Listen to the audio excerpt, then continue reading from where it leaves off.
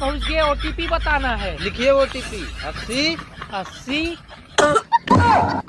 अरे भैया वहाँ कहाँ पहुँच गए यार, ओटीपी बताओ तुम।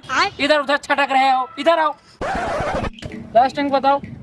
12। बैठो। अरे महाराज ऊपर कहाँ बैठ गए यार, नीचे बैठो। अरे यार नीचे बैठे मतलब सीट पर बैठो। पहली बार रैपिडो बुक किए हो का? अरे महाराज तुम तो ऐसे आई के बैठ गए हो जैसे हमारी गर्लफ्रेंड हो। पीछे बैठ लो प्रभु। साला तुमको रैपिडो बुक करना कौन सिखा दिया? पूरा टाइम बर्बाद करके रखे हो। इतनी देर में तो 4 कस्टमर निपटा देते।